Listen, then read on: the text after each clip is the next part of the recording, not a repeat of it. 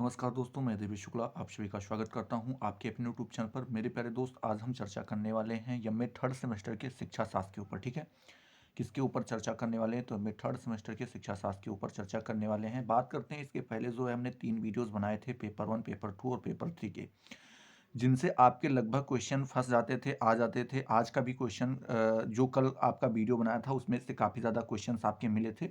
हालांकि उसमें से कुछ ओवर भी पूछ लिया था, चूंकि मैंने प्रश्न पत्र को देखा भी था। जैसे कि वो 10 जैनों के बारे में, सॉरी 10 सिखों के बारे में पूछ लिया था, तो आप लोगों ने उसको पढ़ नहीं रखा था। शायद हो सकता है जिसने पढ़ रखा होगा उसने आराम से जवाब दिया होगा। और कुछ क्वेश्चंस ऐसे थे जैसे पूछ लिया डायरेक्ट कि प्रज्ञा क्या है, धर्म क्या है। तो ये सारी चीज़ें जो हैं, चूंकि ये अगर आपको थोड़ा बहुत उसके बारे में नॉलेज रहा होगा तब तो आराम से आपने लिख लिया होगा। ये अति लघु उत्तरीय के प्रश्न थे। बाकी लघु उत्तरीय और दीर्घ उत्तरीय में लगभग क्वेश्चन जो थे वो मिलते जुलते वही थे। ठीक है, चलिए अब हम बात करेंगे आज चौथे नंबर पेपर के बारे में, जिसका नाम है एजुकेशनल टेक्नोलॉजी। क्या नाम है मेरे प्यारे दोस्तों? Educational technology. तो आप जिस किसी भी यूनिवर्सिटी से में कर रहे हो, अगर आपका सब्जेक्ट जो है शिक्षा शास्त्र है, तो आपको क्या करना है, वहाँ का सिलेबस उठा के जरूर चेक कर लेना है कि आपके पेपर नंबर 4 का नाम जो है एजुकेशनल टेक्नोलॉजी है या नहीं है। तो अच्छी बात है, धड़ल्ले के साथ तैयारी कीजिए। अगर नहीं है मेरे प्यारे दोस्त तो जरूर चेक कर लीजिए कहीं पेपर नंबर 3, पेपर नंबर 2 या फिर पेपर नंबर 1 का नाम तो नहीं है। ठीक है, बात करते हैं जो आज आपकी ये क्लास होने वाली है, ये आपकी महासंग्राम रिवीजन क्लास। रिवीजन नहीं कहेंगे क्योंकि इसका कोई भी वीडियो इससे पहले चौथे नंबर पेपर का पढ़ा नहीं है। तो ये आज आपकी कौन सी होने वाली? महासंग्राम क्लास होने वाली, केवल इतना आप कह दीजिएगा।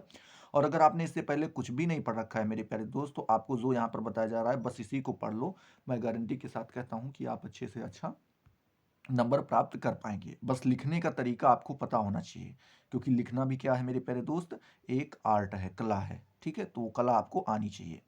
चलिए बात करते हैं क्वेश्चन नंबर 1 के बारे में। तो क्वेश्चन नंबर 1 आपसे पूछ रहा है कि शिक्षण तकनीकी की पाठ्य वस्तु के अंतर्गत क्या क्या सम्मिलित किया जा सकता है। ये आपसे क्वेश्चन पूछ रहा है। तो मेरे प्यारे दोस्त आप बताएंगे कि जो शिक्षण तकनीकी होती है, शिक्षण तकनीकी उसे कहते हैं मेरे प्यारे दोस्त जो पढ़ाने का तरीका होता है। समझ रहे हो ना? पद्धति, तकनीकी का मतलब पद्धति होता है, सिस्टम होता है जिसको हम कहते हैं, और शिक्षण का मतलब होता है पढ़ाना। ठीक है, तो जब आप पढ़ाने का जिस तरीके का, जिस मेथड, तकनीकी को अंग्रेजी में मेथड कहेंगे, तो जिस मेथड का आप यूज करते हैं, ठीक है, कि उसके बता रहे हैं कि अंतर्गत निम्नलिखित विषय वस्तु क्या की जाती है, कुछ विषय वस्तु क्या की जाती है, सम्मिलित की जाती हैं। पहला जो है शिक्षण का नियोजन। शिक्षण का नियोजन कैसे किया जाए, ये आपके शिक्षण तकनीकी के अंतर्गत ही आता है। शिक्षण की व्यवस्था कैसे की जाए, ये भी आपके शिक्षण तकनीकी के अंतर्गत आता है।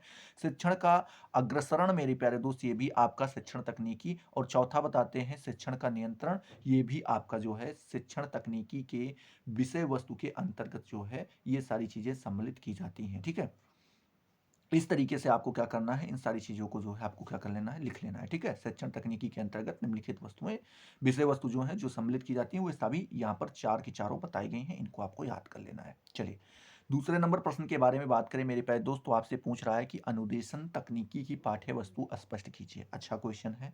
तो इसका जवाब मेरे प्यारे दोस्त आप लिखेंगे कि अनुदेशन तकनीकी का अर्थ, परिभाषा एवं विकास, ये जो है आपके किसके अंतर्गत आ जाता है, ये अनुदेशन तकनीकी की पाठ्य वस्तु के अंतर्गत आ जाता है। क्या क्या अनुदेशन तकनीकी का क्या अर्थ होगा, अनुदेशन तकनीकी की क्या परिभाषा होगी, और साथ ही साथ अनुदेशन तकनीकी का विकास कैसे होगा या कैसे हो रहा है, ये भी सारी चीजें पढ़ना किसके अंतर्गत ही आ जाता है, आपका अनुदेशन तकनीकी के अंतर्गत आ जाता है। दूसरा बताते हैं कि अभिक्रमित अनुदेशन का अर्थ एवं परिभाषा। जो अभिक्रमित अनुदेशन होता है उसका अर्थ और उसकी परिभाषा मेरे प्यारे, ये दोनों चीजें जो है किसके अंतर्गत आ जाती हैं, अनुदेशन तकनीकी के पाठ्य वस्तु के अंतर्गत ही आ जाती हैं। ठीक है, अगला जो है बताते हैं, जो तीसरा नंबर बताते हैं, वो आपका बताते हैं, क्या बताते हैं मेरे प्यारे दोस्त की साखीय एवं रेखीय, क्या साखीय एवं रेखीय अभिक्रमित अन्वेषण का अर्थ, स्वरूप एवं अवधारणा। ये भी आपका साखीय, जो साखीय जिसे हम क्या कहते हैं मेरे प्यारे दोस्त, रेखीय। साखीय रेखीय दो होते हैं, ये दोनों अभिक्रमित अनुदेशन होते हैं। इनका अर्थ, इनका स्वरूप और इनकी अवधारणा भी इसी के अंतर्गत आ जाती हैं। चौथा बताते हैं कंप्यूटर की सहायता द्वारा अनुदेशन, ये भी आपका उसी के अंतर्गत आ जाता है मेरे प्यारे दोस्त। पांचवा बताते हैं कि अभिगत विभिन्नता, क्या अभिगत, सॉरी अभिगत कह रहे हैं, देखो फिर से सुनिएगा कि व्यक्तिगत विभिन्नता के लिए समायोजन प्रविधियां, ये भी आपके उसी के अंतर्गत आती हैं। और नियम एवं उदाहरण प्रणाली द्वारा अनुदेशन, ये भी चीजें उसी के अंतर्गत आ जाती हैं। तो ये 6 के चीजों को आपको क्या करना है, याद कर लेना है। अगर आपसे पूछे तो आप आराम से बता दीजिएगा। ठीक है, बात करते हैं तीसरे नंबर प्रश्न के बारे में। तो तीसरा नंबर प्रश्न आपसे पूछ रहा है कि मानवीय ज्ञान के तीन प्रकार क्या हैं आपको यहाँ पर बताना है। मानवीय ज्ञान के तीन प्रकार कौन कौन से हो सकते हैं? तो मेरे प्यारे दोस्त आप लिखेंगे कि मानवीय ज्ञान के निम्नलिखित तीन प्रकार जो बताए गए हैं वो नीचे दिए गए हैं। कौन सा? पहला बताया गया है ज्ञान का संचय, मतलब ज्ञान को इकट्ठा करना। संचय का मतलब क्या होता है? इकट्ठा करना। ज्ञान का हस्तांतरण, हस्तांतरण का मतलब आपके पास ज्ञान हो गया, अब आप क्या कर रहे हैं? दूसरों को बांट रहे हैं, तो वो क्या हुआ? ज्ञान का हस्तांतरण।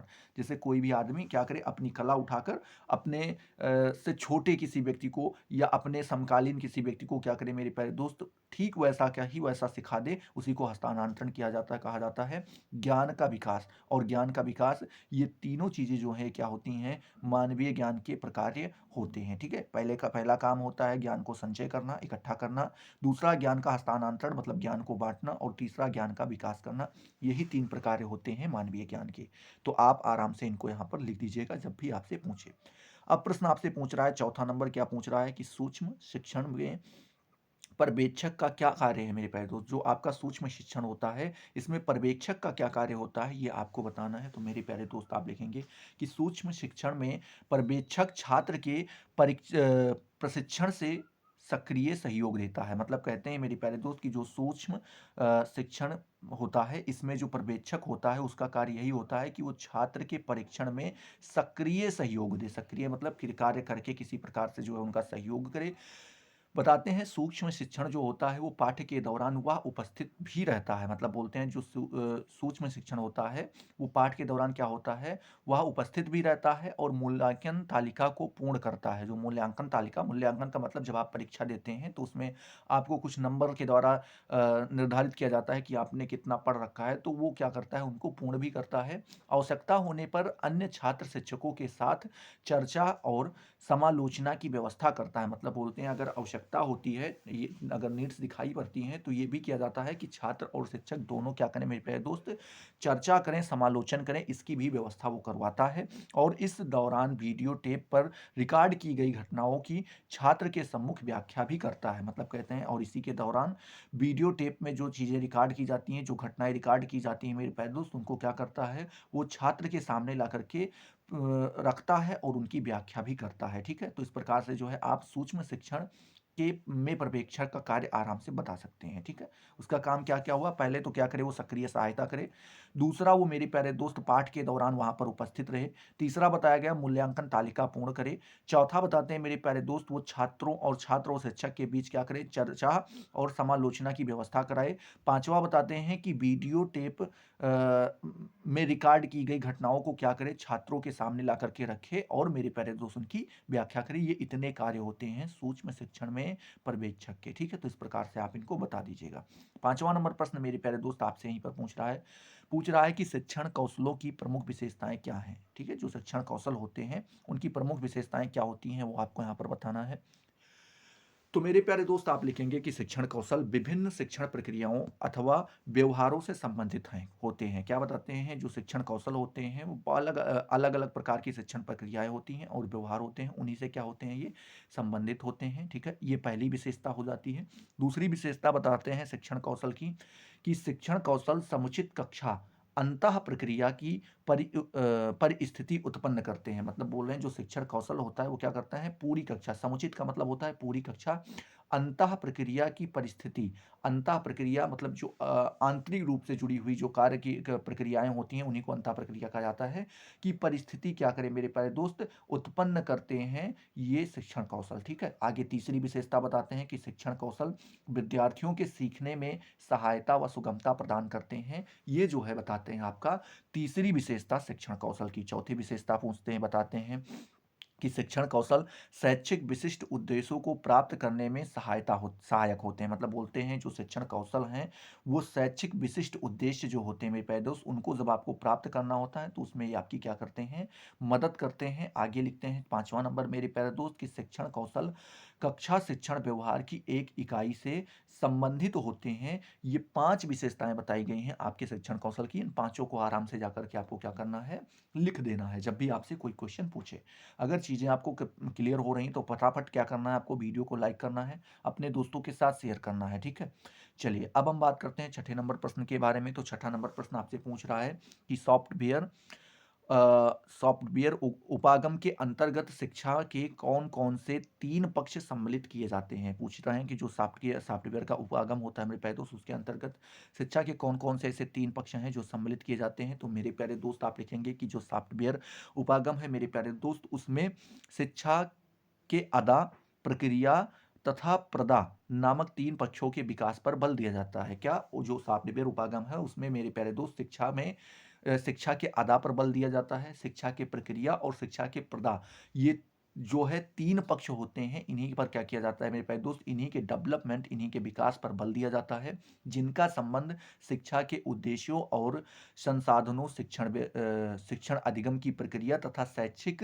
निष्पादन से होता है। क्या बताते हैं मेरे प्यारे दोस्त? जिनका संबंध किससे होता है? शिक्षा के उद्देश्यों से होता है, शिक्षा के संसाधनों से होता है और साथ ही साथ शिक्षण अधिगम की जो प्रक्रिया होती है मेरे प्यारे दोस्त, उससे भी होता है और साथ साथ बताते हैं शैक्षिक निष्पादन से भी होता है। ठीक है, आगे आप लिखेंगे कि इसके माध्यम से विद्यार्थी के पूर्व ज्ञान से लेकर अंतिम व्यवहार तक का आकलन किया जाता है। क्या बताते हैं कि जो ये माध्यम है, इसी के माध्यम के द्वारा जो विद्यार्थी होता है उसके पूर्व ज्ञान से लेकर के, जो उसका पहला ज्ञान है, पहले से जो मेरे प्यारे दोस्त उसके पास ज्ञान है, उससे लेकर के और जो अंतिम व्यवहार है वहां तक का आकलन किया जाता है एवं उसके द्वारा आंतरिक तथा बाह्य व्यक्तित्व का विकास किया जाता है। और मूल्यांकन करने के बाद क्या करते हैं मेरे प्यारे दोस्त, उसका जो आंतरिक व्यक्तित्व है और साथ साथ जो मेरे प्यारे दोस्त उसका बाह्य व्यक्तित्व है, दोनों को डेवलप किया जाता है। ठीक है, आंतरिक जो व्यक्तित्व होता है, जो आपका मेरे प्यारे दोस्त इंटरनल पर्सनालिटी होती है और एक एक्सटर्नल पर्सनालिटी होती है जिसको बाह्य व्यक्तित्व कहते हैं। तो इंटरनल में आपकी आ जाती हैं कि आप किसी के सामने जो है, आपके बैठने का तरीका क्या है, आपके चलने का, आप कार्य करने का तरीका क्या है, ये सारी जो चीज़ें आती हैं, ये आपकी किसके अंतर्गत आती है? ये इंटरनल आपकी पर्सनालिटी के अंतर्गत आती हैं। और मेरे प्यारे दोस्त, आप जो है बातें कैसे करते हैं लोगों से, ठीक है? और लोगों के साथ आपके संबंध कैसे हैं, ये सारी चीज़ें जो है किसके अंतर्गत आ जाती है? आपके बाह्य व्यक्तित्व यानी कि एक्सटर्नल पर्सनालिटी के अंतर्गत ये सारी चीज़ें आ जाती हैं। इस प्रकार से जो है आप इनकी सारी चीज़ों के बारे में बता दीजिएगा। 7वां नंबर प्रश्न पूछ रहा है आपसे कि कोमल उपागम के कुछ उदाहरण दीजिए। कोमल उपागम के कुछ आपको यहाँ पर एग्जाम्पल्स देने हैं। तो मेरे प्यारे दोस्त लिखेंगे कि सॉफ्टवेयर उपागम के प्रकार निम्नलिखित हैं। सॉफ्टवेयर उपागम को ही क्या कहते हैं? कोमल उपागम कहते हैं। ये आपको यहाँ पे ध्यान में रखना है, इसी क्वेश्चन से यहाँ पर पता चल जा रहा है। ठीक है, तो इसके प्रकार कौन कौन से हैं? पहला बताते हैं स्लाइड्स। ठीक है, स्लाइड्स ये पहला प्रकार हो जाता है सॉफ्टवेयर उपागम का। दूसरा बताते हैं फिल्म पट्टियाँ, ये दूसरा प्रकार हो जाता है। चित्रात्मक साधन, ये आपका तीसरा प्रकार हो जाता है मेरे प्यारे दोस्त। और चौथा प्रकार बताते हैं, क्या बताते हैं? चित्र। क्या बताते हैं? चित्र, चौथा प्रकार। मानचित्रण, पांचवा प्रकार। छठा प्रकार मॉडल, सातवां नमूने और आठवां मेरे प्यारे दोस्त अभिक्रमित सामग्री आदि। और भी हैं बताते हैं, आदि यहाँ पर लगा दिया, मतलब इसके बाद और भी हैं, लेकिन इतने जो मुख्य थे 8 यहाँ पर आपको बता दिए गए हैं। ठीक है, चलिए किसके बारे में? सॉफ्टवेयर उपागम के प्रकार के बारे में। तो इन 8 प्रकारों को आराम से आप लिख दीजिएगा। 8वां नंबर प्रश्न यहीं पर आपसे पूछ रहा है, क्या पूछ रहा है कि प्रणाली उपागम के 3 पक्ष कौन से हैं? आपको यहाँ पर बताना है। प्रणाली उपागम के 3 पक्ष कौन कौन से हैं, ये आपको यहाँ पर बताना है। तो मेरे प्यारे दोस्त आप बताएंगे कि इनके 3 पक्ष हैं, अदा, प्रक्रिया और मेरे प्यारे दोस्त प्रदा। तो बात करते हैं पहले अदा के बारे में। तो मेरे प्यारे दोस्त लिखेंगे कि अदा से आशय उन सभी सामग्रियों से है जो किसी भी प्रणाली को संचालित करने के लिए आवश्यक हैं। उदाहरण के लिए कक्षा अनुदेशन में छात्र, शिक्षक, पाठ्यवस्तु, भवन आदि अदा हैं। मतलब बताते हैं कि जो अदा होता है मेरे प्यारे दोस्त, उसका आप आशय ले सकते हैं ऐसी सामग्रियों से, उन सभी सामग्रियों से जो किसी प्रणाली को करने के लिए क्या हो जाती हैं? आवश्यक हो जाती हैं, मतलब काफ़ी ज़्यादा इंपॉर्टेंट हो जाती है। जैसे आपको किसी को शिक्षा देना है तो उसके लिए क्या क्या आवश्यक होता है? तो पहला तो होता है आपके जिसको शिक्षा देना चाहते हैं वो छात्र उपस्थित होना चाहिए। वो एक भी हो सकता है, दो चार भी हो सकता है, 40-50 भी हो सकता है और लाख 1.5 लाख भी हो सकता है। ठीक है, तो पहले तो छात्र की उपस्थिति होना आवश्यक है। दूसरा, कौन पढ़ाएगा? शिक्षक का होना आवश्यक हो जाता है। तीसरा, पाठ्य वस्तु, हमें क्या पढ़ाना है ये भी, और कहाँ पर बिठा कर पढ़ाना है, भवन क्या भी जरूरी होती है। तो ये जो 4 चीजें होती हैं यही आपकी क्या कहलाती हैं? अदा कहलाती हैं। और ये आपके शिक्षण प्रक्रिया में क्या आती हैं? कार्य आती हैं, काम आती हैं। ठीक है, इस प्रकार से आप बता सकते हैं। दूसरा बताते हैं प्रक्रिया उपागम, प्रणाली उपागम का जो दूसरा पक्ष बताते हैं मेरे प्यारे दोस्त, वो बताते हैं प्रक्रिया। प्रक्रिया में लिखते हैं कि प्रणाली में जो कुछ भी अंतः क्रियाएं होती हैं वह प्रक्रिया के अंतर्गत आती हैं। जैसे कि कक्षा अनुदेशन में शिक्षण, प्रश्न में कक्षा में प्रश्न पूछना, छात्रों द्वारा उत्तर देना आदि प्रक्रियाएं। मतलब बोलते हैं कि जब आप करते हैं, जब कोई भी किसी भी प्रकार की कक्षा अनुदेशन आप करते हैं, मान लीजिए कि आप कहीं पे किसी प्रकार की क्लासेस चला रहे हैं, तो वहाँ के क्लासेस के अंदर जो वो कक्षाएं हैं उसके अंदर मेरे प्यारे दोस्त कुछ कार्य किए जाते हैं। जैसा पहला कार्य बताया गया है कि प्रश्न का पूछना, क्या बोलते हैं, प्रश्न का पूछना। दूसरा बताते हैं कि छात्रों के द्वारा उत्तर देना या शिक्षण मेरे प्यारे दोस्त आप कैसे पढ़ाएंगे, ये सारी चीजें आपकी क्या कहलाती हैं, प्रक्रिया कहलाती हैं। ठीक है, प्रणाली उपागम का ये दूसरा पक्ष भी आपको क्लियर हो गया होगा। तीसरा पक्ष आपसे पूछ रहा है प्रदा। ठीक है, प्रदा के बारे में आपको बताना है कि प्रदा से आशय किसी अंतर क्रिया मेरे प्यारे दोस्त से निकलने वाले परिणाम से है। परीक्षा परिणाम कक्षा अनुदेशन प्रणाली की प्रदा का ही उदाहरण है। मतलब कहते हैं कि आपने जब अदा की व्यवस्था कर ली, अदा में कौन कौन से आते थे आपके, तो पहला छात्र आ जाता था, शिक्षक आते थे, पाठ्य वस्तु भवन, ये सारी चीजें अदा कहलाती थी। अब आप कैसे उन चीजों को पढ़ाएंगे, आप कैसे बच्चों से, जो छात्र हैं, स्टूडेंट्स हैं मेरे प्यारे दोस्त, उनसे कैसे प्रश्न पूछेंगे और छात्र कैसे उनका जवाब देंगे, ये सारी कार्य जो उनसे जुड़े होते थे उनको हम प्रक्रिया कह देते थे। अब मेरे प्यारे दोस्त जब इतनी सारी चीजें आपकी पूर्ण हो गई, तब अब क्या बचता है आपका पर्दा। पर्दा का मतलब यही हो जाता है कि आपने इतनी मेहनत की, चाहे वो आप 1 महीना, 2 महीना, 4 महीने, साल भर, 4 साल, 5 साल आपने कुछ मेहनत की, उस मेहनत का क्या परिणाम निकल के आया, उससे क्या लाभ हुआ, उसी का मूल्यांकन करना मेरे प्यारे दोस्त आप कह सकते हैं क्या कहलाता है, प्रदा कहलाता है। इस तरीके से आप बता सकते हैं। ठीक है, चलिए अब बात करते हैं 9वें नंबर प्रश्न के बारे में। तो 9वां नंबर प्रश्न आपसे पूछ रहा है कि अभिकर्मित अनुदेशन में परीक्षण पदों का क्या कार्य है। मतलब पूछ रहा है जो अभिकर्मित अनुदेशन होता है मेरे प्यारे दोस्त, उसमें परीक्षण पदों का क्या काम होता है, ये आपको यहाँ पर बताना है। तो मेरे प्यारे दोस्त आप लिखेंगे कि परीक्षण पद के द्वारा छात्रों के अधिगम स्तर की जांच की जाती है। मतलब बोल रहे हैं जो परीक्षण पद होता है, इसके द्वारा हम क्या करते हैं, जो छात्र होते हैं उनके अधिगम, अधिगम का मतलब कि सीखना होता है। ठीक है, कितना वो सीखे हैं, किस किस स्तर तक सीखे हैं मेरे प्यारे दोस्त, उसकी हम क्या करते हैं, जांच करते हैं। किसके द्वारा करते हैं, परीक्षण पद के द्वारा करते हैं। आगे लिखते हैं कि छात्रों के द्वारा शिक्षण पद के माध्यम से जितना भी सिखाया गया है उसका ज्ञान उसके द्वारा परीक्षण पद पर दिए गए उत्तरों से होता है। मतलब बोलते हैं कि शिक्षण पद में आपने, शिक्षण पद के माध्यम से आपने छात्र को कितना सिखाया है या छात्र ने कितना सीखा है, इसका पता हम तभी लगा पाते हैं, वो कब लगा पाते हैं, जब वो मेरे प्यारे दोस्त उस ज्ञान का क्या करता है, परीक्षा के दौरान उत्तर देता है। अपने ज्ञान के हिसाब से क्या करता है, जब उसकी परीक्षाएं होती, जैसे आपकी परीक्षाएं चल रही हैं और आपसे क्वेश्चंस पूछे जाते हैं, तो आप उनका जवाब देते हैं। तो जवाब, वो जो जवाब दे रहे हैं, तो वही आपका क्या कहलाता है मेरे प्यारे दोस्त, वही आपका ज्ञान कहलाता है। ठीक है, वही आपका ज्ञान कहलाता है। आगे आप लिखेंगे समानतया यह पद प्रणाली के अंत में दिए जाते हैं। क्या होते हैं, जब पद प्रणाली का सबसे आखिरी जो है पद होता है आपका कौन सा, ये मापन करने वाला, ठीक है, परिणाम देखने वाला, जिससे अंतिम अधिगम व्यवहार की जांच किया जा सके मेरे प्यारे दोस्त। यही कारण है कि परीक्षण पदों में किसी भी प्रकार का किसी भी प्रकार के अनुबोधकों का प्रयोग नहीं किया जाता है। मतलब बोलते हैं कि जो यही कारण हो जाता है मेरे प्यारे दोस्त कि जो परीक्षण पद होते हैं मेरे प्यारे दोस्त, उसमें किसी भी प्रकार के अनुबोधकों का हम प्रयोग नहीं कर पाते हैं। ठीक है, तो इस प्रकार से आप अभिकर्मित अनुदेशन में परीक्षण पदों के बारे में बता सकते हैं। परीक्षण पदों के बारे में आराम से आप क्या कीजिएगा, बता दीजिएगा कि बस यही बताना है कि परीक्षण पद क्या होते हैं मेरे प्यारे दोस्त, जो छात्र सीखता है उसकी स्तर को जांच करने का ये कार्य करता है। साथ ही साथ छात्र जो है शिक्षण के माध्यम से कितना सीखा है, उन सभी का अगर आपको जानना है तो आपको क्या करना पड़ता है, उनकी परीक्षाएं लेनी पड़ती है। उसमें आप कुछ प्रश्न पूछते हैं और जिस हिसाब से वो उत्तर देता है उसके अकॉर्डिंग आप अनुमान लगाते हैं कि उसने कितने चीज़ों को कितनी अच्छी से सीखा है। ठीक है, तो ये आप यहाँ पर जो है बता सकते हैं परीक्षण पदों के बारे में। चलिए अब प्रश्न नंबर 10 आपसे पूछ रहा है मेरे प्यारे दोस्त, क्या पूछ रहा है, हाँ,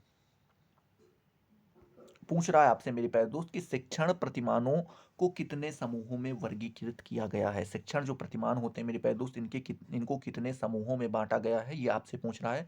तो मेरे प्यारे दोस्त आप लिखेंगे कि जॉयस तथा व्हील के अनुसार देखें तो उन्होंने जो है शिक्षण प्रतिमानों की उनकी विशेषताओं एवं प्रकृति के आधार पर कितने मेरे प्यारे दोस्त, तो 4 प्रमुख परिवारों में विभाजित किया है। ठीक है, बताते हैं कितने 4 प्रमुख परिवारों में विभाजित करते हैं। कौन-कौन सा? पहला परिवार बताते हैं सामाजिक अंतःक्रिया प्रतिमान, ये इनका पहला परिवार हो जाता है। दूसरा सूचना प्रक्रिया प्रतिमान, तीसरा बताते हैं व्यक्तिगत मॉडल मेरे प्यारे दोस्त, और चौथा बताते हैं व्यवहार परिवर्तन मॉडल।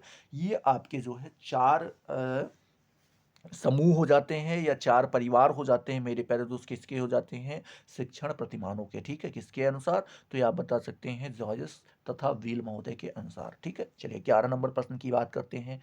तो 11 नंबर प्रश्न पूछ रहा है कि भूमिका निर्वाह प्रशिक्षण से आप क्या समझते हैं? आपको यहाँ पर बताना है। अच्छा क्वेश्चन है।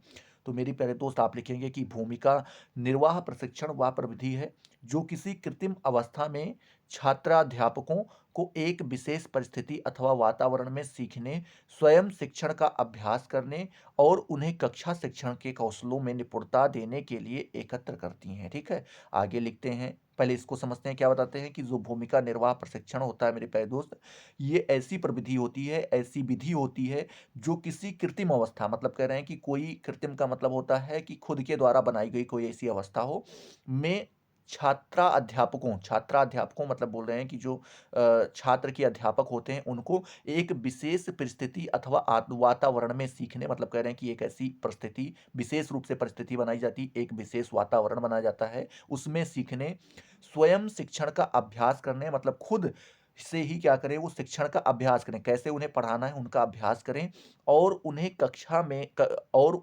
शिक्षण के कौशलों में निपुणता देने के लिए एकत्र करती है। क्या करती है? और मेरे प्यारे दोस्त बताते हैं कि उन्हें जो शिक्षक होते हैं उन्हें क्या करती है, उन्हें कक्षा शिक्षण, मतलब क्या कहते हैं कि जो कक्षा में कैसे आपको पढ़ाना है उसके कौशल, कौशल का मतलब होता है स्किल्स, आप जिसे कह सकते हैं, अंग्रेजी में क्या कहते हैं? स्किल्स कहते हैं, में निपुणता देने के लिए क्या करती है? एकत्र करती है। वो पढ़ाने में निपुण हो सके मेरे प्यारे दोस्त, पढ़ाने की जो स्किल है उसमें निपुण हो सके, उसके लिए क्या करती है? एकत्र करती है। आगे बताते हैं कि अनुकरणीय शिक्षण, क्या मेरे प्यारे दोस्त? अनुकरणीय शिक्षण बनावटी परिस्थितियों में अध्यापक द्वारा शिक्षण के लिए प्रशिक्षण है। मतलब बोलते हैं जो अनुकरणीय शिक्षण है ये बताते हैं कि बनावटी कुछ ऐसी परिस्थितियां बनाई जाती हैं। एग्जाम्पल जैसे ट्रेनिंग पीरियड जिसे आप कहते हैं ना, ट्रेनिंग पीरियड में क्या होता है, यही सारी चीज़ें तो होती हैं कि कुछ लोगों को बिठा दिया जाता है, बताते हैं कि ये छोटे छोटे छात्र हैं, स्टूडेंट्स हैं, अब इनको आपको पढ़ाना है, बताओ कैसे आप पढ़ाओगे। तो वही चीज़ बताते हैं कि कुछ परिस्थितियाँ क्या की जाती, बनाई जाती हैं, बनावटी परिस्थितियाँ होती हैं, उसमें अध्यापक के द्वारा क्या किया जाता है मेरे प्यारे दोस्त? शिक्षण के लिए प्रशिक्षण है। मतलब वहां पर उनको कैसे पढ़ाना है, ये चीजें सिखाने का जो तरीका है वही आपका क्या कहलाता है? अनुकरणीय शिक्षण कहलाता है, जो शिक्षकों के पहले सोपानों को आसान बनाकर उन्हें वास्तविक परिस्थिति पर बल दिए जाने बल दिए बिना जटिल कौशल को सीखने के योग्य बनाता है। जो क्या बनाते हैं कि जो शिक्षक का पहला सोपान होता है, मतलब पहला स्टेज होता है मेरे प्यारे दोस्त, उसको क्या करता है? आसान बना देता है।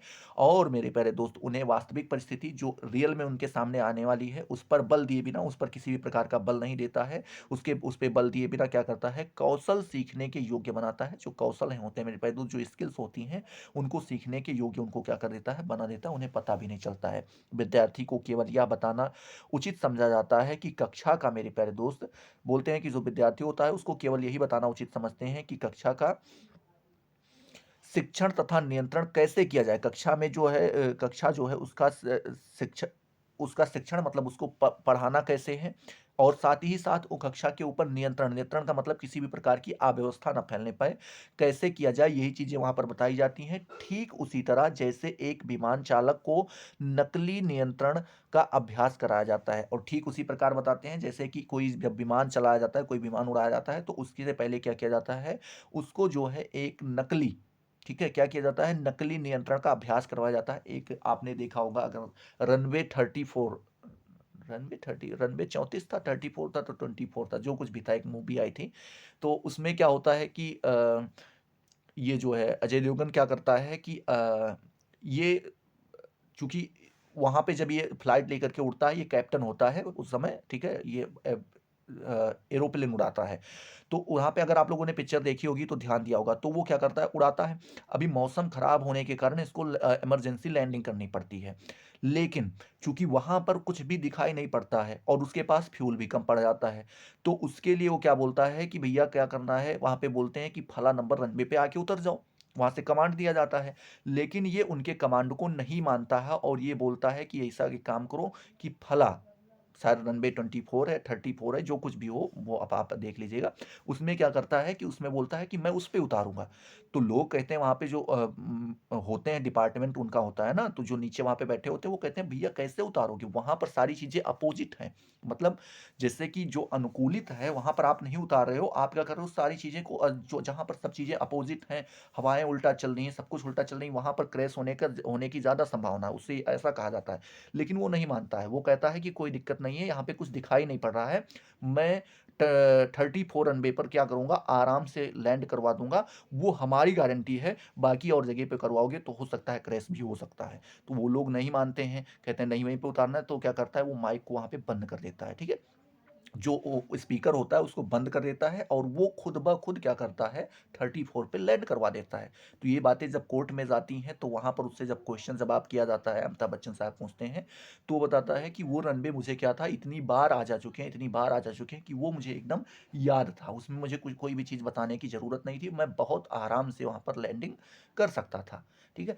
तो उसको विश्वास नहीं होता है, अमिताभ बच्चन साहब को विश्वास नहीं होता है। तो वो कहते हैं कि जो है कैसे आपको, तो वो कहता है इमेजिनेशन पावर होता है, तो उनको क्या किया जाता है कि फिर अमिताभ बच्चन को ये आदेश दिया जाता है कि तुम जो है एक बनावटी विमान होता है, उस बनावटी विमान में उनको बिठाया जाता है अमिताभ बच्चन और अजय देवगन को, और अजय देवगन की आंख में पट्टी बांधी जाती है। उसके बाद बोला जाता है अब तुम जो है लैंड करके दिखाओ, और वाकई में वो लैंड करके दिखा देता है बिना किसी दिक्कत के।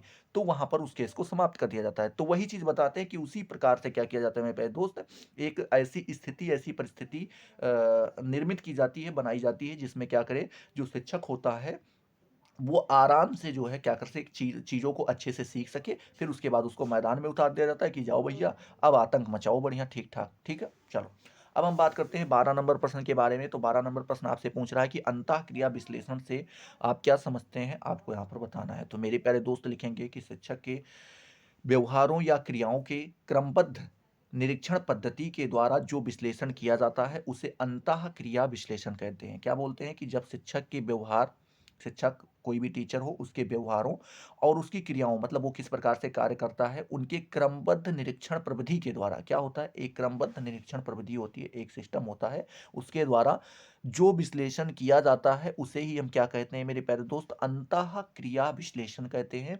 अंतःक्रिया विश्लेषण से अभिप्राय है कि कक्षा में घटने वाली प्रत्येक घटना का वस्तुनिष्ठ और व्यवस्थित निरीक्षण करने की व्यवस्था करना और प्रत्येक घटना का विश्लेषण करना। मतलब बोलते हैं इसका अभिप्राय अगर आप जानना चाहें तो बोल सकते हैं कि कक्षा में किसी भी प्रकार की घटना घटित होती है, उनका आपको वस्तुनिष्ठ और व्यवस्थित निरीक्षण करना है मेरे प्यारे दोस्त, और निरीक्षण करने की आपको व्यवस्था करना है, और प्रत्येक घटना का क्या करना है आपको अच्छे से विश्लेषण करना है। यही आपका होता है अंतःक्रिया विश्लेषण।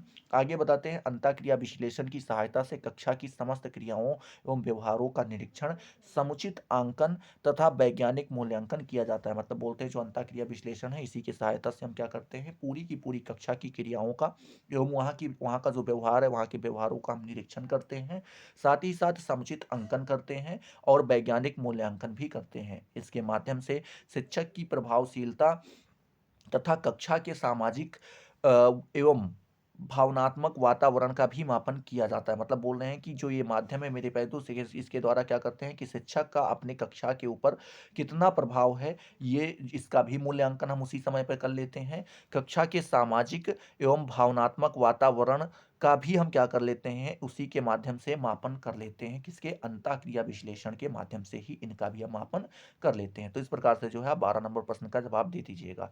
13 नंबर प्रश्न पूछ रहा है कि अंतःक्रिया विश्लेषण का प्रमुख उद्देश्य क्या है, आपको यहाँ पर बताना है। तो मेरे प्यारे दोस्त आप लिखेंगे कि अंतःक्रिया विश्लेषण के प्रमुख उद्देश्य निम्नलिखित हैं। पहला उद्देश्य बताया गया है कि शिक्षक की विशेषताओं का अध्ययन करना, ये इसका पहला विशेष हो जाता है, उद्देश्य हो जाता है। दूसरा आप लिखेंगे कि निरीक्षण के माध्यम से शिक्षक के व्यवहारों का अध्ययन करना, ये दूसरा उद्देश्य हो जाता है। तीसरा उद्देश्य बताते हैं कि बोध स्तर के व्यवहार की प्रकृति का अध्ययन करना। चौथा उद्देश्य बताते हैं कि शिक्षक के सामाजिक तथा संवेगात्मक परिवेश में अंतःक्रिया का विश्लेषण करना। पांचवा बताते हैं मेरे प्यारे दोस्त, उद्देश्य बताते हुए लिखते हैं अंतःक्रिया विश्लेषण का कि शिक्षक व छात्र व्यवहार का अध्ययन करना। शिक्षक और छात्र का व्यवहार कैसा है, इनका अध्ययन करते हैं। साथ ही साथ छठा बताते हैं कि कक्षा कार्य का विश्लेषण, कक्षा में कैसे कार्य किए जाते हैं उनका विश्लेषण। और सातवां बताते हैं कि प्रशिक्षण प्रभाव तथा अशाब्दिक संप्रेषण का विश्लेषण करना। ये 7 उद्देश्य होते हैं किसका मेरे प्यारे दोस्त, अंतःक्रिया विश्लेषण का। ठीक है, चलिए अब हम बात करते हैं 14 नंबर प्रश्न के बारे में। तो 14 नंबर प्रश्न आपसे पूछ रहा है कि शैक्षिक तकनीकी में जनसंचार माध्यमों की क्या भूमिका होती है, आपको यहाँ पर बताना है। तो मेरे प्यारे दोस्त आप लिखेंगे कि जनसंचार माध्यम ऐसे संचार यंत्र अथवा माध्यम है जिनके द्वारा किसी सूचना, समाचार अथवा संदेश को एक बड़े समूह अथवा सार्वजनिक तक एक ही समय में एक साथ एवं आसानी से पहुंचाया जा सकता है। मतलब बोलते हैं जो आपका जनसंचार माध्यम होता है मेरे प्यारे दोस्त, आप बता सकते हैं एक ऐसा माध्यम होता है जिसमें हम क्या करते हैं कि कोई भी समाचार है मेरे प्यारे दोस्त या कोई भी सूचना है, आप उसको क्या करना चाहते हैं, सार्वजनिक रूप से सभी तक पहुंचाना चाहते हैं। एक कोई बड़ा समूह है वहां पर सभी लोगों तक आप उसको पहुंचाना चाहते हैं। तो उस प्रकार से जो है जिस माध्यम का आप मेरे प्यारे दोस्त प्रयोग करते हैं वही आपका क्या कहलाता है, वही आपका संचार जनसंचार माध्यम कहलाता है। एग्जाम्पल के तौर पे जैसे हम क्या करते हैं, आज जो टेलीविज़न है, जो न्यूज़ है मेरे प्यारे दोस्त, इनका इनके बारे में आराम से हम क्या इनको एग्जाम्पल के तौर पे ले सकते हैं। ठीक है, जैसे आप मान लीजिए आपके कक्षा में आप सभी तक अगर कोई बात पहुंचानी होती तो क्या करते हैं, माइक में जो है अनाउंस करवाते होंगे, अगर लगा होगा तो।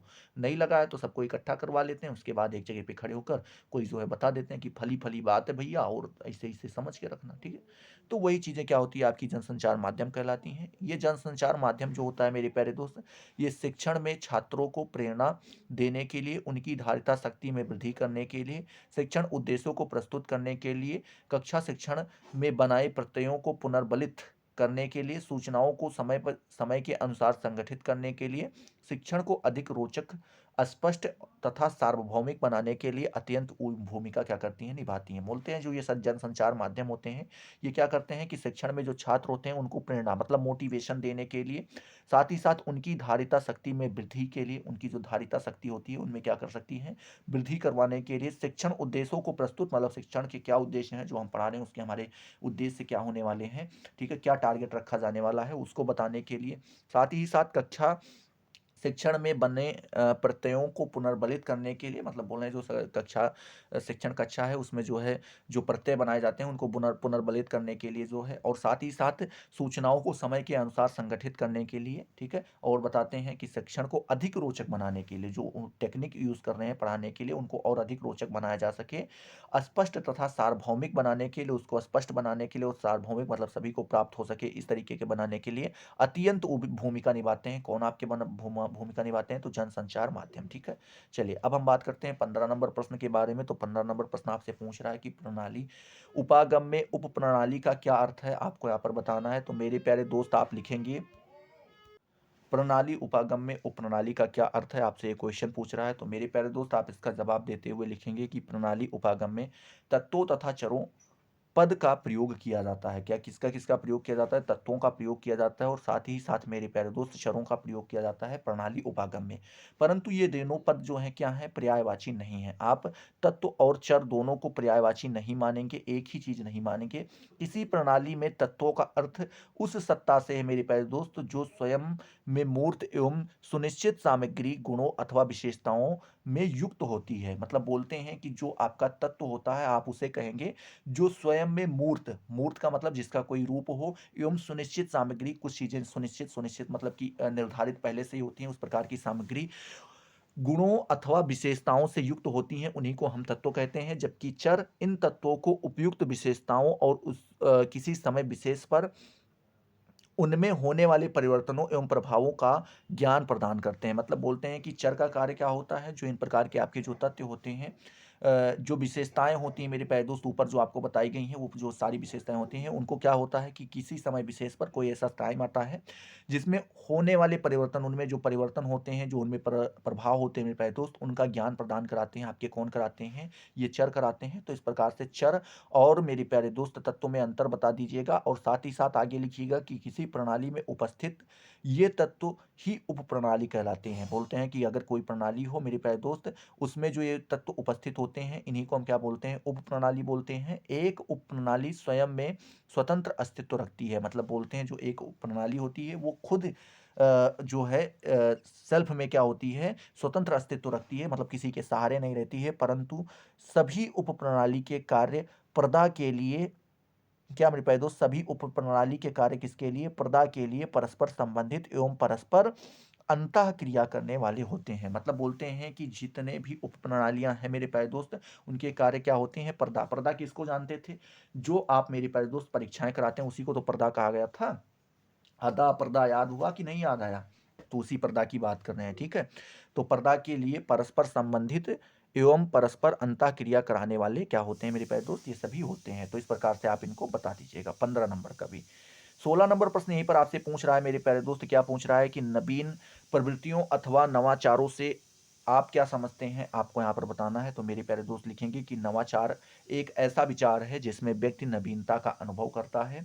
यह पूर्व नियोजित नवीन एवं विशिष्ट परिवर्तन है, जिसमें विशिष्टता के गुण क्या होते हैं मेरे प्यारे दोस्त? निहित रहते हैं, मतलब पाए जाते हैं, और इनका उद्देश्य वर्तमान परिस्थितियों में सुधार करना होता है। मतलब बताते हैं इनका जो टारगेट होता है वो क्या होता है? जो आपकी प्रेजेंट की परिस्थिति होती है, स्थिति होती है, उनमें सुधार हो, इसके लिए जो है इनका मेन टारगेट होता है। यह तकनीकी का एक अनिवार्य पक्ष है। क्या बोलते हैं? जो तकनीकी, ये जो है ये क्या है? तकनीकी का अनिवार्य पक्ष है। कुछ प्रमुख नवाचारों का विवरण निम्नांकित है। मतलब बोल रहे हैं कुछ प्रमुख नवाचार बताए गए हैं, जिनका विवरण जो है आपको यहाँ पर देखने को मिल सकता है। पहला बताते हैं, क्या बताते हैं? Multimedia approach. ये जो है मेरे प्यारे दोस्त एक नवाचार है, अच्छा नवाचार, मतलब आप बोल सकते हैं एक ये भी जो है प्रमुख नवाचार है। दूसरा बताते हैं मेरे प्यारे दोस्त, पर्सनल लाइट लाइज्ड, हाँ, पर्सनलाइज्ड सिस्टम ऑफ इंटरेक्शन जो है ये आपका जो है दूसरा नवाचार हो जाता है। तीसरा बताते हैं कंप्यूटर असिस्टेंट इंस्ट्रक्शन जो है ये आपका तीसरा नवाचार हो जाता है। उसके बाद सैटेलाइट संप्रेषण ये आपका चौथा हो जाता है। पांचवा बताते हैं इंटरनेट मेरे प्यारे दोस्त, ये पांचवा आपका नवाचार हो जाता है। छठा बताते हैं अनुरूपता शिक्षण, ये आपका छठा नवाचार हो जाता है। सातवां बताते हैं अंतः क्रिया विश्लेषण प्रणाली, ये आपका मेरे प्यारे दोस्त कौन सा हो जाता है? सातवां नवाचार हो जाता है। आठवां नवाचार बताते हैं कि प्रणाली उपागम, और नौवां बताते हैं मेरे प्यारे दोस्त नवाचार क्या बताते हैं? कि अभिक्रमित अनुदेशन। इस प्रकार से आप 9 नवाचारों के बारे में आराम से बता सकते हैं। 17 नंबर प्रश्न यहीं पे आपसे पूछ रहा है कि संसाधन केंद्र के रूप में राज्य ईटी सेल, ठीक है, के प्रमुख उद्देश्य क्या हैं? ये आपको यहाँ पर बताना है। तो मेरे प्यारे दोस्त आप लिखेंगे कि संबंधित राज्य या संघ शासित प्रदेश के शिक्षा विभागों को शैक्षिक तकनीकी, मेरे प्यारे दोस्त, क्या शैक्षिक तकनीकी के विकास के लिए उपयोग के संबंध में सहायता तथा सलाह देता है, ठीक है। ये आप यहाँ पर बता सकते हैं पहला उद्देश्य। ईटी होता है एजुकेशनल टेक्नोलॉजी, जिसके बारे में आप अभी पढ़ रहे हैं, तो वही बता रहे हैं कि जो संबंधित राज्य होते हैं या आपके केंद्र शासित प्रदेश होते हैं, जिसे हम संघ शासित प्रदेश भी कहते हैं मेरे प्यारे दोस्त, उनमें जो शिक्षा विभाग होते हैं उनकी शैक्षिक तकनीकी का विकास कैसे हो सके एवं उनमें कैसे कैसे प्रयोग किए जा सके, उन सभी संबंधों में जो सहायता देता है और जो सलाह देता है उसी को सलाह देता है, वो ईटी ही होता है, ठीक है। आपका ये ईटी का ही उद्देश्य होता है कि ये सारे कार्य करे।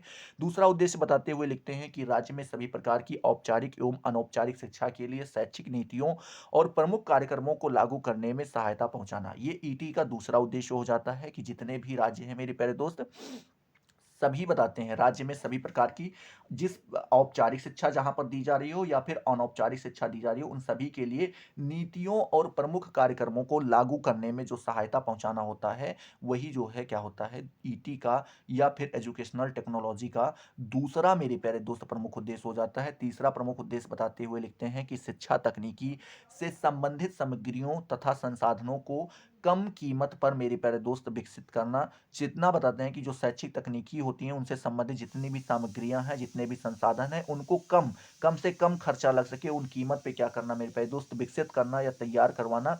ये ईटी सेल का मेरे प्यारे दोस्त तीसरा प्रमुख उद्देश्य हो जाता है। 18 नंबर प्रश्न यहीं पर आपसे पूछ रहा है कि यथार्थवत शिक्षण के तीन तत्व कौन कौन से हैं आपको यहाँ पर बताना है। जो यथार्थवत शिक्षण है मेरे प्यारे दोस्त, ये तीन तत्वों के बारे में बताना है। तो पहला बताएंगे निदानात्मक तत्व, दूसरा उपचारात्मक तत्व और तीसरा मूल्यांकन तत्व। बात करते हैं निदानात्मक तत्व, तो इसमें आप लिखेंगे कि इसके अंतर्गत छात्रों की कमजोरियों तथा अच्छाइयों का निदान कर उनकी सहायता की जाती है, ये आपका निदानात्मक तत्व कहलाता है। उपचारात्मक तत्व कहते हैं कि छात्रों की कमजोरियों तथा कठिनाइयों का निदान कर अपनी योग्यता एवं कौशल के आधार पर छात्रों का उपचार करने का प्रयास किया जाता है, ये आपका उपचारात्मक तत्व कहलाता है। और मूल्यांकन तत्व में बताते हैं कि उपचारात्मक कार्यों का मूल्यांकन करने के लिए शिक्षक जो क्रियाकलाप करता है मेरे प्यारे दोस्त, वे सभी क्या कहलाते हैं, मूल्यांकन तत्व के अंतर्गत आते हैं। ठीक है, तो इस प्रकार से जो है आप तीनों तत्वों के बारे में बता सकते हैं यथार्थवत शिक्षण के। ठीक है,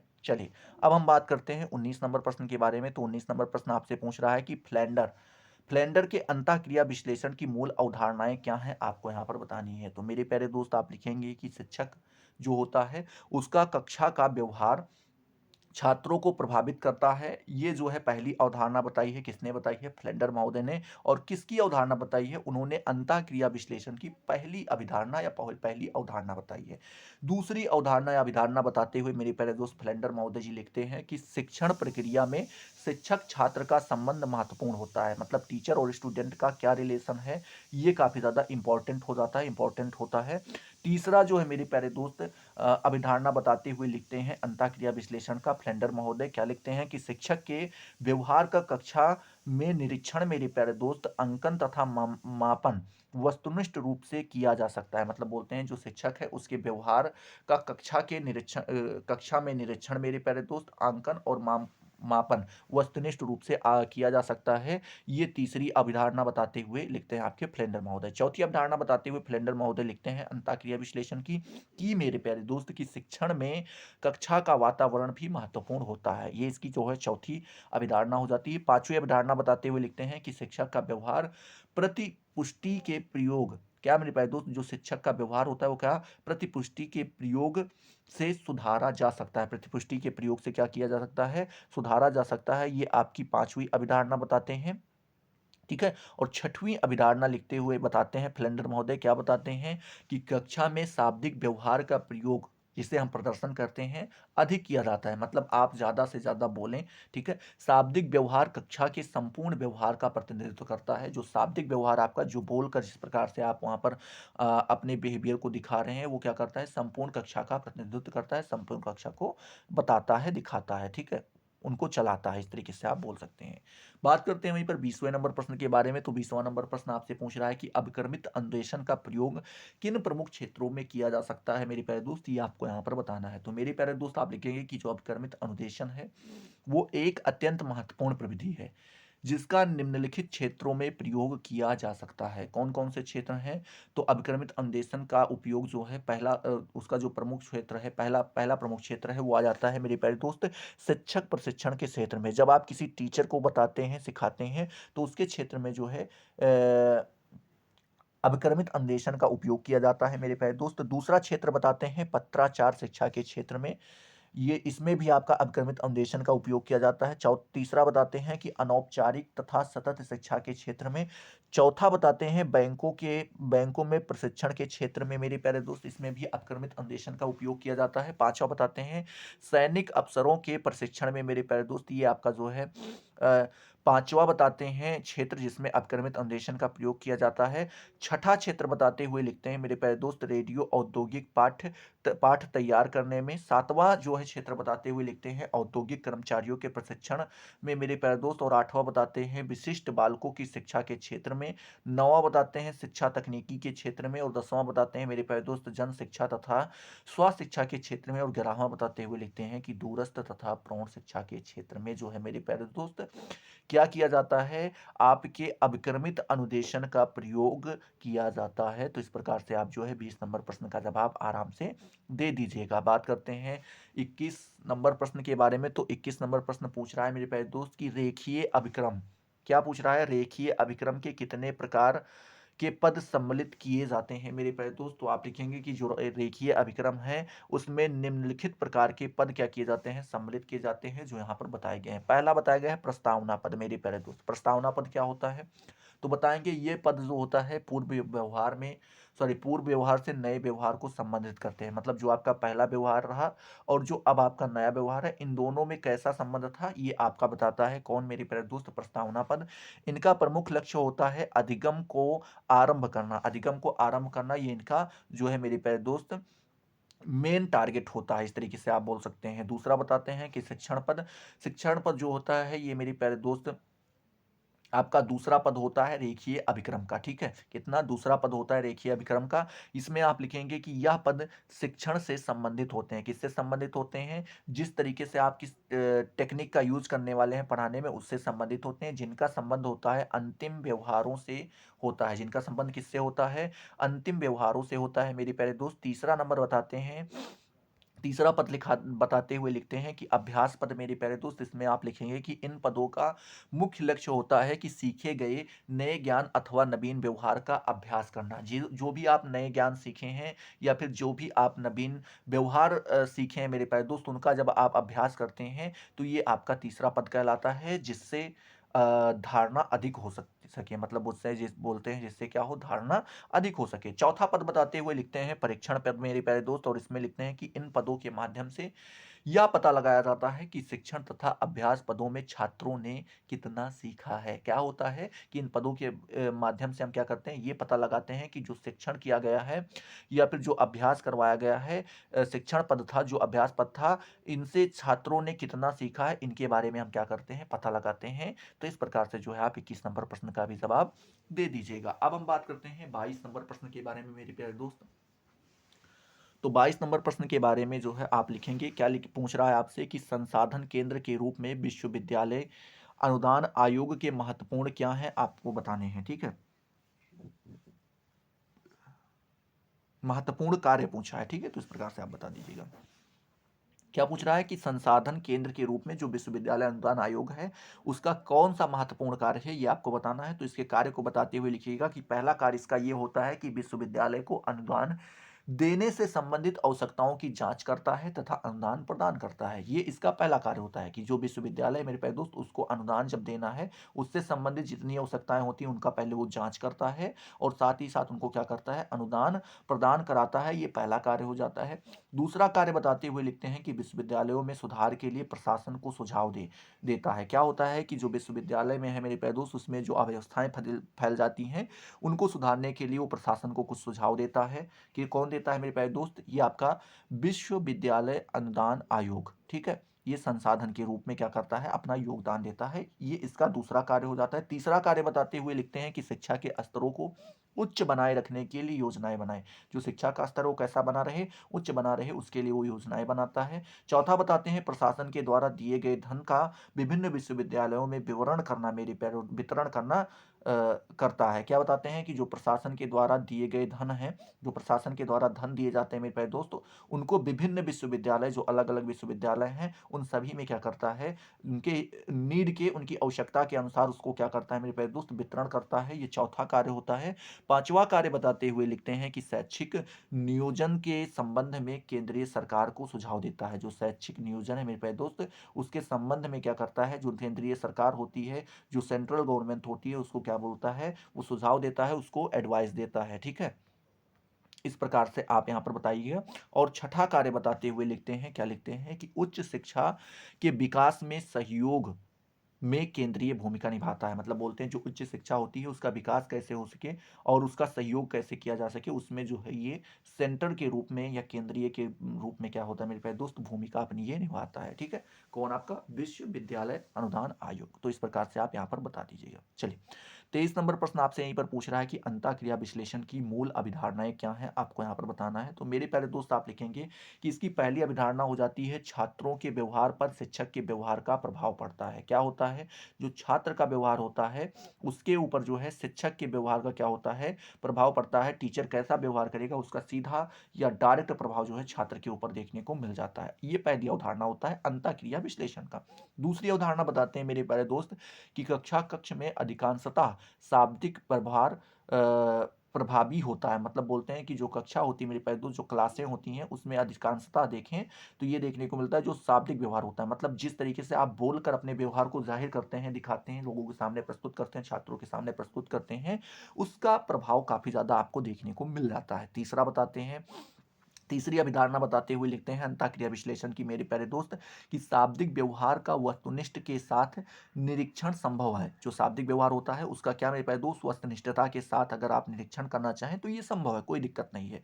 ये तीसरी अभिधारणा हो जाती है। चौथी अभिधारणा बताते हुए लिखते हैं कि अध्यापक व्यवहारों का छात्र की निष्पत्तियों पर प्रभाव पड़ता है। मतलब बोलते हैं जो अध्यापक का व्यवहार होता है मेरे प्यारे दोस्त, उसका प्रभाव सीधा किसको किस पर पड़ता है, वो छात्र की निष्पत्तियों, छात्र अध्यापक के व्यवहार का जो है छात्र की निष्पत्तियों पर प्रभाव आपको देखने को मिल जाता है। ये बताते हैं चौथी अभिधारणा। पांचवी अभिधारणा बताते हुए लिखते हैं मेरे प्यारे दोस्त अंतःक्रिया विश्लेषण की कि ये पृष्ठपोषण द्वारा कक्षा कक्ष का वातावरण बदला जा सकता है। पृष्ठपोषण के द्वारा क्या कर सकते हैं, कक्षा कक्ष का वातावरण जो इन्वायरमेंट है मेरे प्यारे दोस्त उसको आप क्या कर सकते हैं, चेंज कर सकते हैं। तो इस प्रकार से जो है मेरे प्यारे दोस्त 5 अभिधारणाएं आप आराम से बता दीजिएगा। बात करते हैं 24 नंबर प्रश्न के बारे में मेरे प्यारे दोस्त। तो 24 नंबर प्रश्न आपसे पूछ रहा है कि शिक्षण प्रतिमान और शिक्षण नीति में क्या अंतर है, आपको यहाँ पर बताना है। तो मेरे प्यारे दोस्त आप लिखेंगे कि जो शिक्षण प्रतिमान है और शिक्षण नीति की अपेक्षा कहीं अधिक व्यापक तथा व्यवस्थित है। अब क्या बताते हैं कि जो शिक्षण प्रतिमान होता है वो शिक्षण नीति की अपेक्षा कहीं ज्यादा बड़ा व्यापक होता है, जिसे बड़ा कहते हैं, और कहीं ज्यादा वो व्यवस्थित भी होता है। ठीक है। दूसरा अंतर बताते हुए मेरे प्यारे दोस्त आप लिखेंगे, क्या लिखेंगे कि जो शिक्षण नीतियां होती हैं उसमें मूल्यांकन प्रणाली का कोई स्थान प्राप्त नहीं है। मतलब बोल रहे हैं कि जो आपकी शिक्षण नीतियां हैं उसमें मूल्यांकन प्रणाली को कोई स्थान नहीं दिया गया है, वहां पर मूल्यांकन का नाम तक नहीं लिया गया है। जबकि बात करते हैं शिक्षण प्रतिमान में तो उसमें अंतिम अधिगम व्यवहार के आकलन हेतु मूल्यांकन अनिवार्य है। मतलब बोलते हैं कि जब शिक्षण प्रतिमान की हम बात करते हैं तो जब आप अंतिम अधिगम व्यवहारों के बारे में जाते हैं कि आपने आखिर तक क्या सीखा है उसको उसको जानना चाहते हैं तो उसके लिए जो है मेरे प्यारे दोस्त मूल्यांकन अनिवार्य हो जाता है। तीसरा अंतर बताते हुए लिखते हैं कि शिक्षण नीतियों की अपेक्षा शिक्षण नीतियों की अपेक्षा प्रतिमान कहीं अधिक उपयोगी होते हैं, क्योंकि प्रतिमानों की सहायता से वह मध्य क्रम का विकास कर सकता है, निश्चित प्रकार की अंतःक्रियाओं का निर्माण कर सकता है तथा आवश्यक सहायक सामग्री का विकास कर सकता है। क्या बताते हैं कि जो शिक्षण है मेरे प्यारे दोस्त उसके लिए शिक्षण नीतियों की अपेक्षा शिक्षक प्रतिमान कहीं अधिक ज्यादा उपयोगी होते हैं। क्यों होते हैं, क्योंकि प्रतिमानों की सहायता में वो क्या होता है मेरे प्यारे दोस्त, प्रतिमानों की सहायता से वह मध्य क्रम का विकास कर सकता है, साथ ही साथ निश्चित प्रकार की अंतः क्रियाओं का निर्माण कर सकता है, और मेरे प्यारे दोस्त बताते हुए लिखते हैं कि आवश्यक सहायक सामग्री का विकास कर सकता है। तो इस प्रकार से जो है आप शिक्षण प्रतिमान और शिक्षण नीति में अंतर आराम से आप बता सकते हैं। अब बात करते हैं 25 नंबर प्रश्न के बारे में। तो 25 नंबर प्रश्न आपसे पूछता है मेरे प्यारे दोस्त कि सूक्ष्म शिक्षण में अभिरूपता किस प्रकार लाभकारी है। क्या पूछते हैं, जो सूक्ष्म शिक्षण है मेरे प्यारे दोस्त में अभिरूपता जो है किस प्रकार से लाभकारी होता है, ये आपको यहाँ पर बताना है। तो मेरे प्यारे दोस्त आप लिखेंगे कि अभिरूपता छात्रा अध्यापकों, ठीक, जो अभिरूपता होती है वो छात्र अध्यापक को साधारण एवं गहन समस्याओं को सरल करने में क्या करती है, सहायता प्रदान करती है। कौन करती है, अभिरूपता। ठीक है। आगे आप लिखेंगे मेरे प्यारे दोस्त दूसरा लाभ इसका लिखेंगे, क्या लिखेंगे कि अभिरूपित परिस्थितियों में कम व्यय, क्या मेरे प्यारे दोस्त, जो अभिरूपित परिस्थितियां होती हैं उसमें कम व्यय में अच्छे अध्यापन का अभ्यास संभव है। मतलब बोलते हैं आपका खर्चा कम होगा और आपका अध्यापन अच्छा होगा, ये संभव हो जाता है अभिरूपित परिस्थितियों में। तीसरा जो है लाभ लिखते हुए बताते हुए लिखते हैं कि छात्र अध्यापक जो होते हैं मेरे प्यारे दोस्त उनको कम समय में ऐसे अधिक अवसर उपलब्ध कराए जा सकते हैं जिनमें उन्हें निर्णय लेना हो। मतलब बोलते हैं जो छात्र अध्यापक होते हैं उनको कम ही समय में ऐसे अधिक अवसर उपलब्ध कराए जा सकते हैं जिनमें क्या होता है मेरे प्यारे दोस्त, उन्हें निर्णय लेना होता हो। ठीक है, चौथा बताते हुए लिखते हैं, चौथा बताते हुए क्या लिखते हैं कि अध्यापक, एक मिनट, अरे भाई, हाँ, छात्र अध्यापकों को एक ही प्रकार के अभ्यास क्रम द्वारा स्कूल का विविध वातावरण अभिरूपता के द्वारा आसानी से उपलब्ध कराया जा सकता है।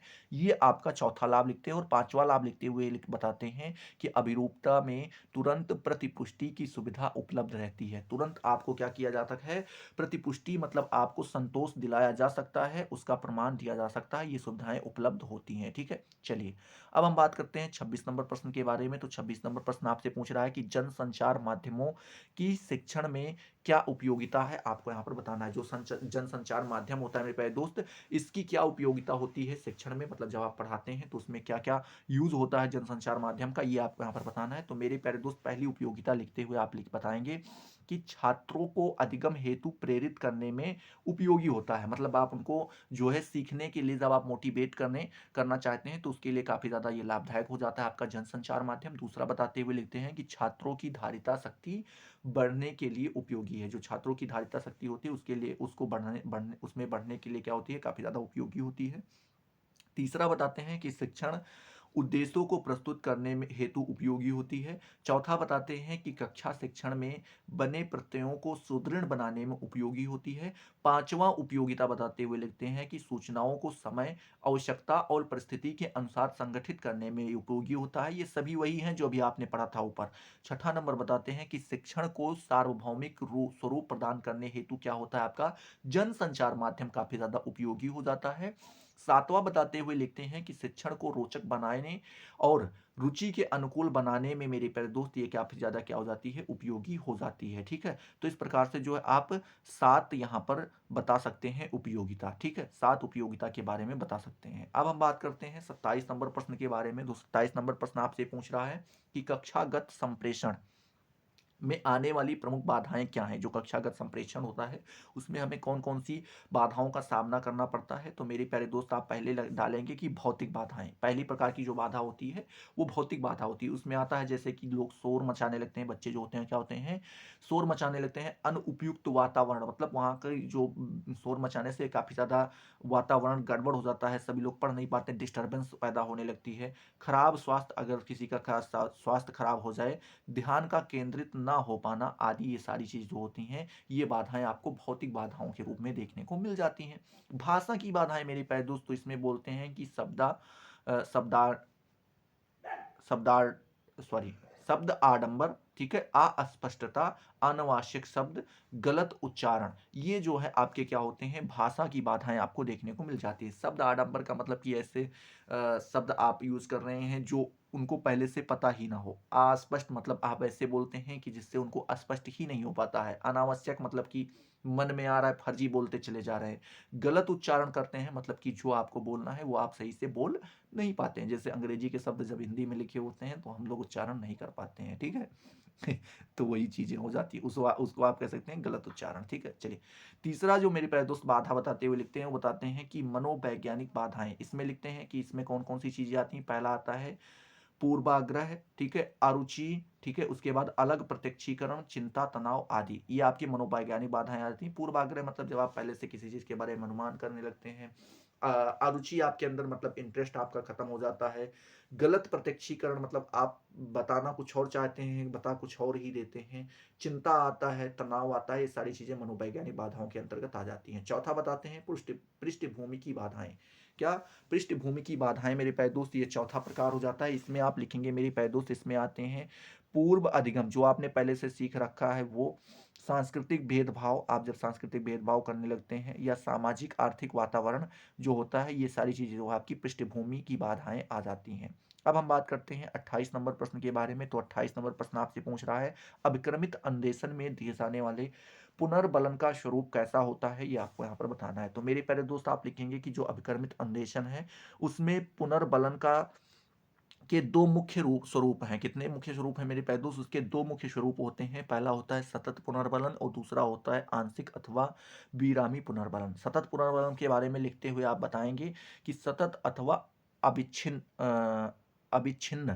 पुनर्बलन में प्रत्येक अनुक्रिया के पश्चात पुनर्बलन देने की व्यवस्था होती है। दूसरे शब्दों में अगर आप कहना चाहें तो कह सकते हैं कि इनमें अनुक्रिया के बाद क्या होता है मेरे प्यारे दोस्त, पुनर्बलन दिया जाता है, जिससे व्यवहार और सुदृढ़ हो जाता है। रेखीय अभिक्रमित अन्वेषण में यही प्रक्रिया अपनाई जाती है। ठीक है, तो इस प्रकार से आप सतत पुनर्बलन के बारे में बता सकते हैं। दूसरा बताते हुए आप लिखते हैं यहाँ पर कि आंशिक अथवा विरामी पुनर्बलन मेरे प्यारे दोस्त, तो इसमें आप लिखेंगे कि इसमें छात्र की प्रत्येक अनुक्रिया पर पुनर्बलन नहीं दिया जाता है। छात्र की जितनी भी अनुक्रियाएं होती है सभी पर पुनर्बलन नहीं दिया जाता है, अर्थात कभी पुनर्बलन दिया जाता है और कभी नहीं भी दिया जाता है। बताते हैं कि सविराम पुनर्बलन को आंतरिक पुनर्बलन आंतरिक पुनर्बलन भी कहा जाता है। ठीक है, सविराम पुनर्बलन सविराम पुनर्बलन को ही हम क्या कहते हैं, आंतरिक पुनर्बलन भी कहते हैं। ठीक, कह सकते हैं, इस तरीके से आप ध्यान रखिएगा। 29 नंबर प्रश्न आपसे यहीं पर पूछ रहा है, क्या पूछ रहा है कि शैक्षिक तकनीकी में प्रारंभिक व्यवहार और अंतिम व्यवहार का क्या अर्थ है, आपको यहाँ पर बताना है। तो मेरे प्यारे दोस्त आप लिखेंगे कि प्रारंभिक व्यवहार छात्र के पूर्व ज्ञान को प्रदर्शित करता है। जो प्रारंभिक व्यवहार होता है मेरे प्यारे दोस्तों क्या करता है, वो छात्र के जो पहले का ज्ञान होता है उसी को दिखाने का प्रयास करता है, उसी को प्रदर्शित करता है, जिससे शिक्षक जो है उसके आधार पर शिक्षण प्रक्रियाओं और अनुदेशन प्रणालियों को संगठित करता है, और उसी के माध्यम से क्या करता है, जो शिक्षक होता है वो अपनी शिक्षण प्रक्रियाओं को और जो अनुदेशन प्रणाली होते हैं उसको उसी के अकॉर्डिंग जो है क्या करता है, व्यवस्थित करता है, सुसंगठित करता है या संगठित करता है। वहीं अंतिम व्यवहार शिक्षण अधिगम प्रणाली के मूल्यांकन से संबंधित होता है। और वहीं पर जो आपका मेरे प्यारे दोस्त अंतिम व्यवहार होता है वो किससे होता है, वो आपके शिक्षण अधिगम प्रणाली के मूल्यांकन से संबंधित होता है। जब आप मूल्यांकन करते हैं तो उससे संबंधित होता है, और छात्र द्वारा लक्ष्य किए गए व्यवहार की पूर्ति को सूचित करता है, और छात्र के द्वारा जो लक्ष्य किए गए व्यवहार थे मेरे प्यारे दोस्त उनकी पूर्ति हुई है कि नहीं हुई है उनके बारे में हमें बताता है। उदाहरणार्थ अगर आप देखना चाहें तो बता सकते हैं कि अगर छात्र को अभिक्रमित अन्वेषण सामग्री का अध्ययन करना है तो उसे स्कीनर के सक्रिय अनुबंधन के सिद्धांत का ज्ञान होना आवश्यक है। साथ ही यह ज्ञान छात्र को अभिक्रमित अन्वेषण सामग्री को समझने में सहायक होगा। ठीक है, तो इस प्रकार से आप यहाँ पर जो है शैक्षिक तकनीकी में जो प्रारंभिक व्यवहार और अंतिम व्यवहार के बारे में बता सकते हैं। ठीक है, प्रारंभिक व्यवहार क्या हो जाता है, ये आपका जो पहले का ज्ञान होता है जब आपका वो प्रदर्शित होता है तो आपका प्रारंभिक हो जाता है। और जब आप किसी चीज़ का आकलन करते हैं कि भैया इतना सब कुछ पढ़ा दिए हैं, अब लाओ तुम्हारी परीक्षा ले ले, आकलन कर ले, तो वो आपका अंतिम ज्ञान हो जाता है। तो इस प्रकार से बता दीजिएगा। 30 नंबर प्रश्न पूछ रहा है कि बहु इंद्रिय माध्यम किसे कहते हैं, ये आपको यहाँ पर बताना है। तो मेरे प्यारे दोस्त आप हेडिंग डालेंगे बहु इंद्रिय माध्यम। इसमें मेरे प्यारे दोस्त आप लिखेंगे कि हमारी इंद्रियां जैसे कि आँख, कान, हाथ, नाक, मुंह, ये 5 इंद्रियां होती हैं, ज्ञान अथवा अनुभव ग्रहण करने की मुख्य माध्यम है। जब हम किसी के बारे में ज्ञान ग्रहण करते हैं या अनुभव ग्रहण करते हैं, वो इन्हीं इंद्रियों के माध्यम से हम क्या करते हैं, ग्रहण करते हैं। यही हमारी मेन माध्यम होते हैं। ठीक है, चलिए आगे आप लिखेंगे कि प्रत्येक इंद्रिय जैसे कि दृष्टि, श्रवण, स्पर्श, गंध, स्वाद से संबंधित अलग अलग होकर भी अन्य इंद्रियों के साथ मिलकर संप्रेषण का प्रभावशाली माध्यम बनाती है। मतलब बोलते हैं कि जो आंख से देखना होता है, कान से सुनना होता है, हाथ से स्पर्श होता है, ठीक है, बोलते हैं कि नाक से गंध मेरे प्यारे दोस्त, और जीभ से आप स्वाद, मुंह से क्या होते हैं, स्वाद लेते हैं। तो ये बताते हैं कि ये अलग अलग होकर के भी, इनका कार्य अलग अलग होकर के भी एक साथ मिलकर के क्या करते हैं, संप्रेषण को प्रभावशाली माध्यम बनाते हैं मेरे प्यारे दोस्त। विभिन्न प्रकार के अनुदेशन माध्यम तथा सहायक सामग्री को की बताते हैं कि जो विभिन्न प्रकार के अनुदेशन माध्यम होते हैं मेरे प्यारे दोस्त तथा जो सहायक सामग्री होती हैं जो कि संयुक्त रूप से कई इंद्रियों के साथ क्या होती हैं, आकर्षित हो करते हैं, उन्हें हम बहु इंद्रिय माध्यम कहते हैं। आगे आप लिखेंगे कि शिक्षण, एक मिनट, क्या था, शिक्षण अधिगम, हाँ, शिक्षण अधिगम प्रक्रिया और संप्रेषण में इनका प्रयोग अत्यंत लाभदायक सिद्ध होता है, जैसे शैक्षिक दूरदर्शन। ठीक है, तो इस प्रकार से आप बता दीजिएगा। 31 नंबर प्रश्न यहीं पर आपसे पूछ रहा है मेरे प्यारे दोस्त की अनुदेशन तकनीकी से क्या आशय है, ये आपको यहाँ पर बताना है। तो मेरे प्यारे दोस्त आप लिखेंगे कि मैकमूरन ने अनुदेशन तकनीकी के संबंध में अपने विचार व्यक्त करते हुए लिखा है, क्या लिखा है, कि अनुदेशन तकनीकी प्रशिक्षण और सीखने की पूरी प्रक्रिया को विशिष्ट उद्देश्य के अनुसार प्रारूपित करने, क्रियान्वित करने तथा कार्यान्वित करने और उसका मूल्यांकन करने की एक क्रमबद्ध विधि है मेरे प्यारे दोस्त। यह अनुसंधान कार्य अथवा मानवीय सीखने और आदान प्रदान करने पर आधारित है। इसमें शिक्षण को प्रभावी बनाने के लिए मानवीय एवं मानवीय साधनों को प्रयोग में लाया जाता है। ये आपके कौन बताते हैं? मैक मोरन जी बताते हैं। फिर से समझिएगा, बताते हैं कि जो अनुदेशन तकनीकी होती है मेरे प्यारे दोस्त, वो प्रशिक्षण और सीखने, जब आप प्रशिक्षण करवाते हैं, करते हैं, या आप जब किसी चीज को सीखते हैं तो उसकी जो पूरी प्रक्रिया होती है उसको विशिष्ट उद्देश्य के रूप में क्या करता है, उद्देश्य के अनुसार क्या करता है, प्रारूपित करता है मेरे प्यारे दोस्त। और बताते हैं कि क्रियान्वित करने और उसका मूल्यांकन करने की एक क्रमबद्ध विधि है। क्या बताते हैं कि जब उसको क्रियान्वित मतलब लागू करना होता है और जो मूल्यांकन करना होता है या मतलब उसका रिजल्ट जानना होता है, तो उसकी एक ये क्रमबद्ध विधि होती है मेरे प्यारे दोस्त। यह अनुसंधान कार्य तथा मानवीय सीख सॉरी ये बताते हैं कि ये अनुसंधान कार्य तथा मानवीय सीखने और आदान प्रदान करने पर क्या होता है, आधारित होता है। इसमें शिक्षण को प्रभावी बनाने के लिए क्या किया जाता है, मानवीय एवं मानवीय संसाधनों को प्रयोग में लाया जाता है। तो ये आप इस प्रकार से अन्वेषण तकनीकी के बारे में आराम से बता दीजिएगा। 32 नंबर प्रश्न जो है आपसे यहाँ पर मेरे प्यारे दोस्त पूछ रहा है, क्या पूछ रहा है कि सूक्ष्म शिक्षण से क्या तात्पर्य है, आपको यहाँ पर बताना है। तो मेरे प्यारे दोस्त आप लिखेंगे कि एलन के अनुसार, एलन महोदय ने बताते हुए लिखा है सूक्ष्म शिक्षण को, सूक्ष्म शिक्षण किसी कक्षा में आकर आकार एवं समय में, मेरे प्यारे दोस्त बोलते हैं कि जो सूक्ष्म सूक्ष्म शिक्षण होता है वो किसी कक्षा में आकार एवं समय, ठीक है, आकार एवं समय में सूक्ष्म पदीय शिक्षण परिस्थिति है, ठीक है। अब आप आके लिखेंगे मैक नाइट के शब्दों में लिखें तो उन्होंने बताया है कि सूक्ष्म शिक्षण में, सूक्ष्म शिक्षण से सूक्ष्म पदीय शिक्षण स्थितियां हैं। मतलब क्या बताते हैं, जो सूक्ष्म शिक्षण है मेरे प्यारे दोस्त, उसी से आपकी सूक्ष्म पदीय शिक्षण स्थितियां हैं, जिनकी व्यवस्था परंपरागत कौशलों में सुधार के लिए एवं नवीन कौशलों के विकास के लिए की जाती है। जो बोल रहे हैं कि आपके परंपरागत कौशल हैं उनमें आपसे अगर कोई गलती हो रही तो आप उसको सुधार सकते हैं, और साथ ही साथ जो आपकी नए कौशल हैं उनको आप और ज्यादा विकसित कर सकते हैं, डेवलप कर सकते हैं। पीक व टकरस, हाँ, पीक व टकरस महोदय के अनुसार देखें तो उन्होंने बताया कि सूक्ष्म शिक्षण वीडियो टेप पृष्ठपोषण के प्रयोग से प्रमुख शिक्षण कौशलों के विकास को ज्ञात करने के लिए प्रयोगात्मक विधि का एक गठजोड़ है, ठीक है। तो इस प्रकार से आप इसको भी बता दीजिएगा। तो आई होप ये सारी चीजें आपको यहाँ पर क्लियर हुई होंगी मेरे प्यारे दोस्त। अगर क्लियर हुई तो फटाफट वीडियो को आपको लाइक कर देना है, अपने दोस्तों के साथ शेयर कर देना है। अभी तक अगर आपने चैनल को सब्सक्राइब नहीं किया तो सब्सक्राइब करके बेल वाले आइकन को जरूर प्रेस कर देना है, जिससे आपको सारी नोटिफिकेशन मिलती रहे और आप उनसे लगातार लाभान्वित होते रहें। तो चलिए अगले वीडियो में मिलते हैं नए जोश नए टॉपिक के साथ। तब तक के लिए जय हिंद, जय भारत।